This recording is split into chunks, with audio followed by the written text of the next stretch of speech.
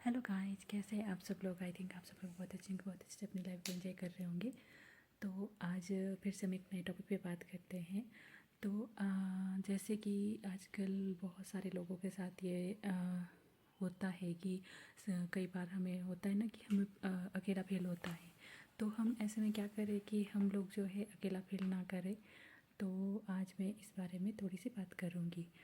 तो बहुत बारी ऐसा होता है कि हमें अकेला फील होने लगता है, क्योंकि कई बार हम अकेले होते भी हैं, लेकिन फिर भी कई बार हम बहुत सारे लोगों के बीच में होते हैं, लेकिन फिर भी हमें अकेला फील होता है। तो फिर हम ऐसी स्थिति में हम कैसे खुद को संभालें। हमें बिना मतलब से रोना भी आता है, बहुत ज़्यादा रोना आता है। हमें ऐसा लगता है कि कई बार तो हम अपने मम्मी को पापा को बहुत ज़्यादा याद करते हैं। कई बार ऐसे लगता है कि मम्मी के गोद में जाकर सिर रखकर बहुत ज़्यादा रोए। बहुत ज़्यादा ऐसे मन होता है ना। अगर आपका भी ऐसा मन होता है तो फिर आपको ये वीडियो पूरी सुननी चाहिए, तो फिर आपको इससे थोड़ा अच्छा लगेगा। तो ऐसा जब हमारे साथ होता है तो हम कहीं ना कहीं बहुत ज़्यादा हमारा मन बहुत ज़्यादा सेंसिटिव है, और हम लोग अपने पेरेंट्स को बहुत ज़्यादा हम उनसे प्यार करते हैं, और हम उनसे कई बार मतलब दूर नहीं रह सकते हैं। तो ऐसी सिचुएशन होती है। कुछ लोग ऐसे होते हैं जिनको फ़र्क नहीं पड़ता है कि हमारी फैमिली कहाँ पे है, हमारे पेरेंट्स कहाँ पे हैं। लेकिन कुछ लोग ऐसे होते हैं जो अपने पेरेंट्स से बहुत ज़्यादा जुड़े हुए होते हैं, और वो अपने पेरेंट्स को बहुत ज़्यादा याद करते हैं, अपने मम्मी पापा दोनों को बहुत याद करते हैं। तो फिर ऐसी सिचुएशन में हमें बहुत ज़्यादा अकेला फील होने लगता है। जब हम उनसे थोड़ी कुछ टाइम के लिए दूर रहते हैं तो हमें बहुत ज़्यादा बुरा लगता है, और फिर हम अकेले में रोते भी हैं। मैं भी ऐसा करती हूँ, मुझे भी कई बार बहुत ज़्यादा ऐसे होता है। तो इससे हम बाहर कैसे निकले। अगर हमें ऐसा फील होता है तो हमें हर टाइम खुश रहना चाहिए। हमें कोशिश करनी चाहिए कि हम अकेले ना रहें। जो भी हमारे साथ फैमिली मेम्बर रहते हैं हम उनके साथ रहें। अगर हम उनके साथ भी नहीं रह पा रहे हैं तो फिर हमें क्या करना चाहिए कि हमें खुश रहना चाहिए। जितना हमसे हो सकता है हमें खुश रहना चाहिए। हम कहीं सड़क में जा रहे हैं, सड़क में भी जा रहे हैं, हम बहुत सारे लोगों के बीच में जा रहे हैं, लेकिन फिर वहाँ पे भी हम अकेला फील करते हैं। वहाँ पे हमें ये लगता है कि मतलब बहुत सारे लोग हैं, लोग अपने अपने हिसाब से सब, कुछ लोग खुश हो रहे, कोई लोग शॉपिंग कर रहे, कुछ लोग कुछ कर रहे, लेकिन हम उनको देखते हैं कि हम उनसे अलग है। और हम लोग सिर्फ अपनी अपनी ही बातों में कहीं मतलब अपने इसमें ही अपने माइंड में ही गुम है कि अ, हमें अपने पेरेंट्स का बुरा लग रहा है, और कोई भी हमारे फैमिली मेम्बर हमसे दूर होता है तो फिर हमें बुरा लगता है। तो हम उन सारी चीज़ों में कहीं ना कहीं मस्त होते हैं, लेकिन हम चल चल रहे होते हैं, भीड़ में हम चलते हैं, लेकिन हम सबसे अलग होते हैं। तो फिर आपको जो है इन चीज़ों से बाहर निकलना चाहिए। आपको इन सारी चीज़ों में बहुत ज़्यादा ऐसे देर तक नहीं रहना चाहिए, क्योंकि अगर हम खुश रहते हैं अंदर से तो फिर हमारे मतलब जो भी टेंशन होती है वो हमारे पास नहीं होती है। फिर हमें जब हम बहुत ज़्यादा खुश रहते हैं और जो भी अपने काम कर रहे हैं हम हैप्पी कर रहे हैं, हैप्पी होके कर रहे हैं, जो हमारे दिमाग में चल रहा है वो चल रहा है। लेकिन जब हम खुश रहने की कोशिश करते हैं, लोगों के साथ घुलने मिलने की कोशिश करते हैं, तब हम उन चीज़ों को भूल जाते हैं, और फिर हमें बुरा भी नहीं लगता है। और फिर कुछ दिनों के बाद हमें फिर इस चीज़ की आदत हो जाती है कि हम लोग जो है मतलब सबके साथ घुल मिल रहे हैं और अच्छे से खुश रह रहे हैं। और फिर अपने बच्चों के साथ खुश रहिए, उनके साथ खेलिए थोड़ा सा, और म्यूजिक सुनिए, डांस करिए, जो भी आपको अच्छा लगता है वो सारी चीज़ें आपको करनी चाहिए और खुश रहना चाहिए। आप घूमिए, पार्क में जाइए, आप किसी शोरूम में जाइए, वहाँ पे अपने पसंद की चीज़ें कोई देखिए, ब्यूटी पार्लर जाइए, अपना पार्लर में सब कुछ करवाइए, मेकअप, हेयर केयर, जो भी आप करवाना चाहते हैं, फेस केयर।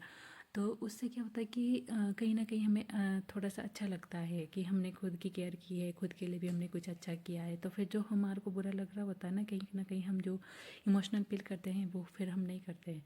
फिर हमें ऐसा लगता है कि नहीं, हम खुद को संभाल सकते हैं।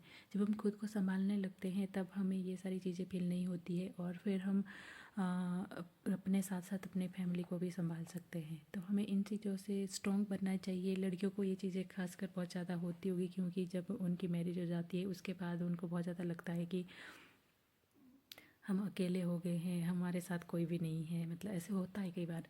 और कई बार के मतलब सबको ही ये सारी चीज़ें होती होगी, क्योंकि सब अपने पेरेंट्स से दूर हो जाते हैं, और फिर कहीं ना कहीं हम अपने पेरेंट्स के बहुत ज़्यादा करीब होते हैं। जब भी लड़कियां तो ज़्यादातर अपने पेरेंट्स के बहुत ज़्यादा ही करीब होती हैं, उनकी सारी बातें भी मानती है और फिर एकदम से उनको दूर जाना पड़ता है, तो ये थोड़ा सा दुखद होता है, मतलब बहुत ज़्यादा थोड़ा सा इमोशनल होता है। और फिर हम इन चीज़ों से बाहर निकल सकते हैं अगर हम खुश रहें, अगर हम खुद से चाहें तो।